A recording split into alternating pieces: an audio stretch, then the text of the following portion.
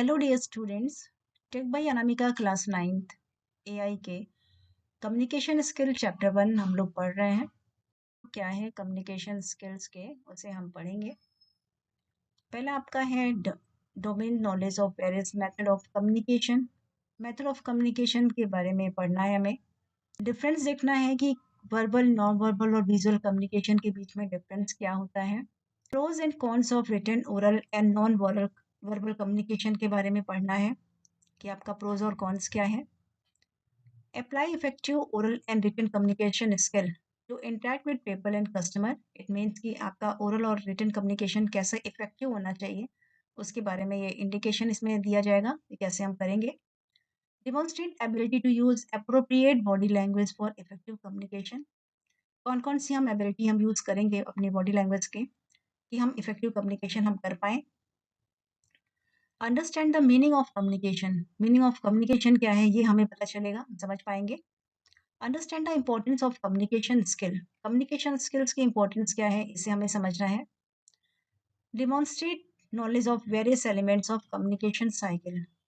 तो communication cycle के जो एलिमेंट्स है उसकी नॉलेज हमें पता चलेगी, हम जानेंगे आगे चैप्टर में। Understand the perspective in communication. Communication का पर्सपेक्टिव क्या होगा। Identify factors affecting communication perspective, ये क्या होगा। Understanding the importance of writing skill. Writing skill की इंपॉर्टेंस क्या है ये हमें समझना है। Demonstrate ability to effectively use phrases, kind of sentences, parts of sentences and parts of speech and articles etc. जो भी हम इंग्लिश लैंग्वेज में हम यूज करते हैं वो सारी हम कम्युनिकेशन स्किल के फर्स्ट चैप्टर में, जो हम कम्युनिकेशन स्किल का चैप्टर कंप्लीट कर लेंगे तो ये सारी चीज़ें इन्फॉर्मेशन हमें मिल जाएगी या लर्निंग ऑब्जेक्टिव हमारा होगा। टॉपिक हमारा है demonstrate the knowledge of various methods of communication. तो मेथड्स ऑफ कम्युनिकेशन में आपके 3 मेथड्स ऑफ कम्युनिकेशन है, verbal communication, non verbal communication और विजुअल कम्युनिकेशन। सबसे पहले हमें पढ़ना है कि वर्बल कम्युनिकेशन क्या होते हैं। वर्बल कम्युनिकेशन होता है जिसमें हम वर्ड्स का यूज करते हैं। It is a method of using words of sharing message to other in mutually understandable language. Mutually understandable language का मतलब होता है कि जिससे भी हम बात कर रहे हैं वो आपकी लैंग्वेज को अंडरस्टैंड कर पा रहा है। अगर हम हिंदी में बोल रहे हैं तो सेकंड पर्सन जो है वो हिंदी में उसको नॉलेज हो कि वो आपकी जो बातें हैं वो समझ पाए। अगर इंग्लिश में है तो इंग्लिश में। अगर आप दोनों की लैंग्वेजेस डिफर कर रही है तो इट मीन्स आपको एक ट्रांसलेटर की रिक्वायरमेंट है जो आपकी बातों को एक दूसरे तक समझा सके। तो यहाँ पे एक आया कि verbal communication comprises a written और ओरल मैसेज। तो वर्बल कम्युनिकेशन में हम रिटन और ओरल यानी कि मुंह से भी बात करके हम बता सकते हैं और राइट डाउन करके भी हम मैसेज को हम जो सेंड करते हैं, क्योंकि दोनों में ही हम वर्ड्स का यूज़ कर रहे हैं। तो ये आपका वर्बल कम्युनिकेशन। वर्बल कम्युनिकेशन में आपके रिटन और ओरल दोनों टाइप के मैसेज हम सेंड कर सकते हैं। जिसमें भी वर्ड्स यूज़ हो रहे हैं वो सारे ही आपके वर्बल कम्युनिकेशन आएंगे। In spite of various pros of written और oral communication method, one of its cons is that it is dependent on words of a common language for information shared between the sender and receiver. तो बहुत सारे इनके जो लाभ हैं, जो फ़ायदे हैं रिटन और ओरल कम्युनिकेशन का, उसमें एक कॉन्स भी है कि आपको same language, the word of common language आपको पता होनी चाहिए जो कि सेंडर और रिसीवर के बीच में हो। जैसे मैंने कहा कि अगर आपको नहीं समझ में आ रहा है तो you will need a translator. The component that make verbal communication effective are language competition competency. आप यहाँ पर देख सकते हैं कि वर्बल कम्युनिकेशन जो आपका ये फिगर बना है जिसमें यहाँ पे लिखा है components that make verbal communication effective. तो वर्बल कम्युनिकेशन इफेक्टिव होने के लिए हमें क्या क्या चीज़ें चाहिए, यहाँ पे एक को 4 चीज़ें आपको दिख रही है। Listening listening listening. लैंग्वेज की कॉम्पिटेंसी आपको होनी चाहिए, आपको लैंग्वेज के बारे में अच्छे से नॉलेज होनी चाहिए। कहाँ पे रुकना है, कहाँ पे बोलना है, कॉमा कहाँ पे, फुल स्टॉप कहाँ पे। तो लैंग्वेज कॉम्पिटेंसी आपकी अच्छी होनी चाहिए। आपकी वैकेबलरी अच्छी होनी चाहिए। आप बोलेंगे क्या अगर आपकी वैकेबलरी अच्छी नहीं होगी तो। Domain knowledge. डोमेन नॉलेज का मतलब है कि आप जिस चीज़ के बारे में बात कर रहे हैं उसकी कंप्लीट डोमेन नॉलेज आपको होनी चाहिए, नॉलेज होनी चाहिए। जैसे मैंने अगर आपको मैं कम्युनिकेशन स्किल पढ़ा रही हूँ तो मुझे कम्युनिकेशन स्किल के बारे में पता होगा तभी मैं आपको एक्सप्लेन कर पाऊंगी, अदरवाइज नहीं कर पाऊंगी। फोर्थ आपका जो पॉइंट है वो आपका है जनरल अवेयरनेस।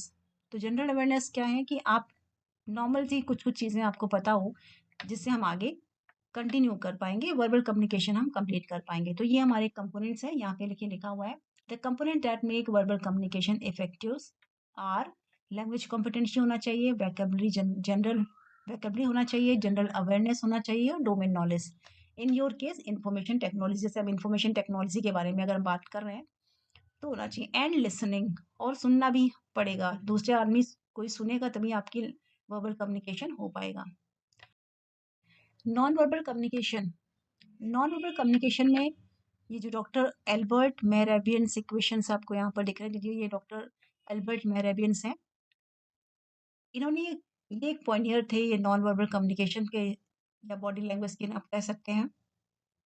इन्होंने ये बताया कि आपके जो स्पोकन वर्ड्स हैं, यानी कि जो वर्बल कम्युनिकेशन के जो वर्ड्स हम यूज़ करते हैं, वो केवल 7% ही आपका कम्युनिकेशन में प्रॉफ़िट देता है या यूज़ होता है, और रिमेनिंग 93% जो हैं, वो आपके नॉन वर्बल यूज़ होते हैं।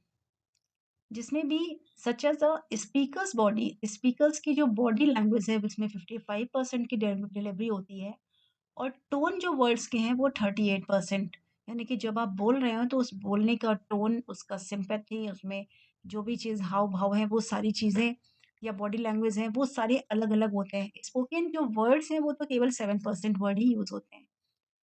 100% में केवल 7% आपके वर्ड्स की भूमिका है, और सारी भूमिका आपकी बॉडी लैंग्वेज की और आपके टोन की है, इफेक्टिव कम्युनिकेशन करने में। Most important pros of non-verbal communication method is that it supports one's oral message. आपका प्रोज क्या इंपॉर्टेंट नॉन वर्बल कम्युनिकेशन क्या है कि ओरल मैसेज को ये सपोर्ट करता है। जनरली रिटन रिटन मैसेज में तो हम सिंपल राइट डाउन करके, हमने एक पेपर पे लिख करके मैंने सेंड कर दिया या ईमेल सेंड कर दिया, तो वहाँ पे नॉन वर्बल कम्युनिकेशन तो नहीं हो पाएगा। लेकिन जहाँ पर हमें ओरल मैसेज हम सेंड कर रहे हैं या हम बात कर रहे हैं, तो वहाँ पे आपका non verbal communication very important है। But on the flip side, it is highly subjective and governed by the context and culture.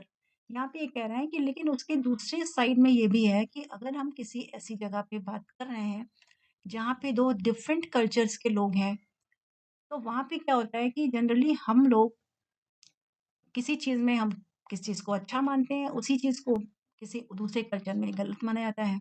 जैसे हम लोग कहते हैं कि आई कांटेक्ट करना एक बहुत अच्छी बात है, अगर हम कम्युनिकेट कर रहे हैं तो हमें आई कांटेक्ट रखना चाहिए।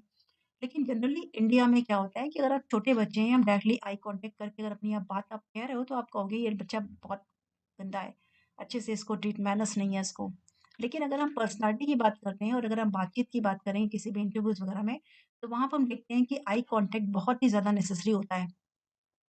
तो ये सारी कुछ डिसिमिलर थिंग्स आ जाती हैं नॉन वर्बल कम्युनिकेशन में।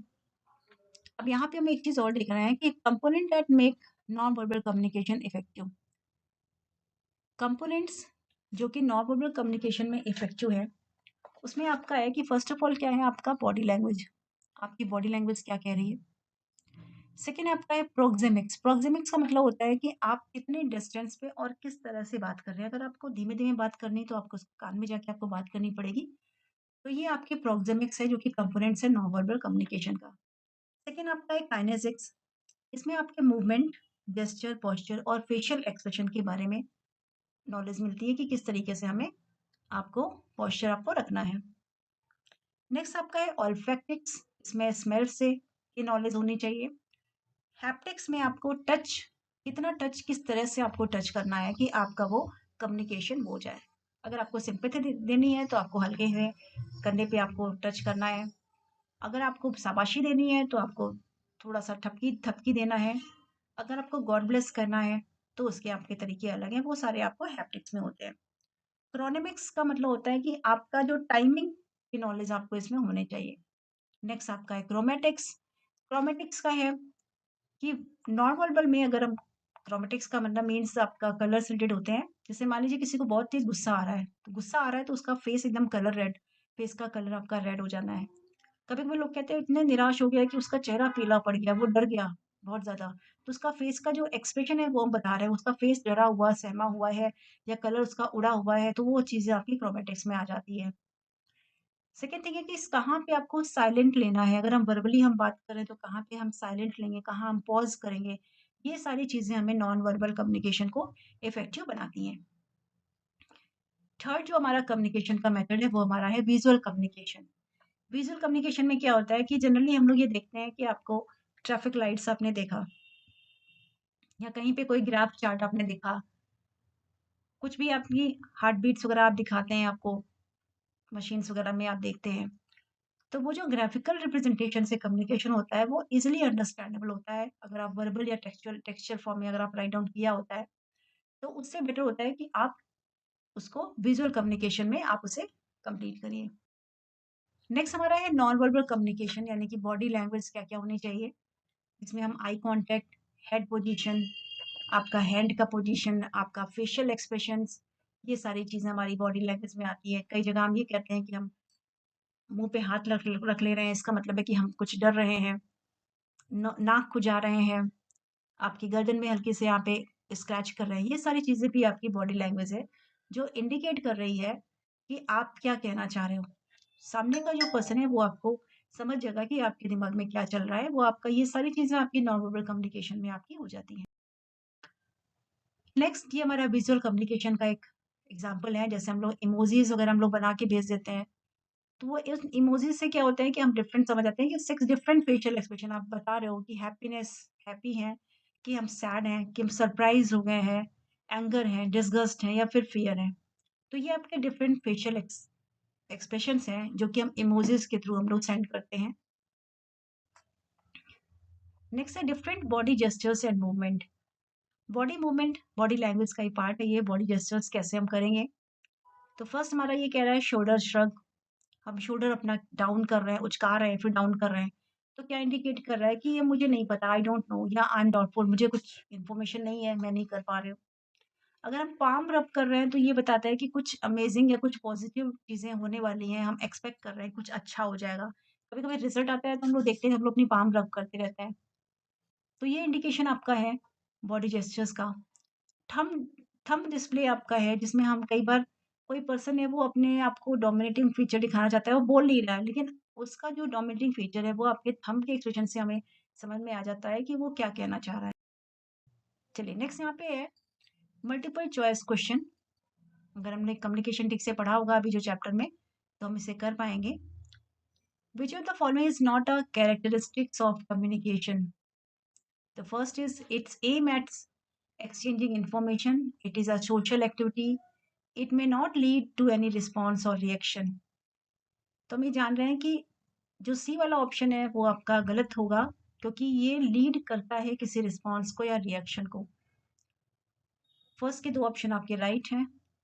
वर्बल कम्युनिकेशन कंप्राइजेस, क्या कंप्राइज करता है वर्बल कम्युनिकेशन। तो फर्स्ट आपका रिटर्न है कि अ रिटन और स्पोकन मैसेज, दोनों चीजें कंप्राइज करती हैं। बी है any message that uses word of any language, यानी कोई भी मैसेज जिसमें आपका वर्ड हो, वो हमारा किसी लैंग्वेज का वर्ड हो तो वो भी वर्बल कम्युनिकेशन कहलाएगा। तो ये ठीक है, बोथ ए एंड बी आपका बिल्कुल सही है। नॉन वर्बल कम्युनिकेशन क्या क्या है, unintentional, unspoken, none of these. तो यहाँ पे क्या है, अनस्पोकन, इंटेंशनली तो होता है, अनस्पोकन अनइंटेंशनली भी। तो यहाँ पे अनस्पोकन ही आपका सही है, अनइंटेंशनल नहीं होना चाहिए।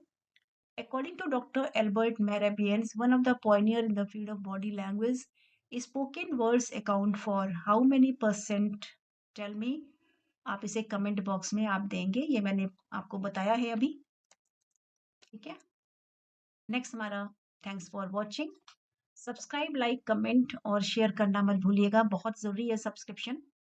और अपनी जो भी चीज़ें हैं आप कमेंट में ज़रूर बताएं हमें, आपको जो समझ में आ रहा है, नहीं आ रहा है, नहीं समझ में आ रहा है तो इस चैप्टर को मैं फिर से रिकॉर्ड करके आपको सेंड करूँगी।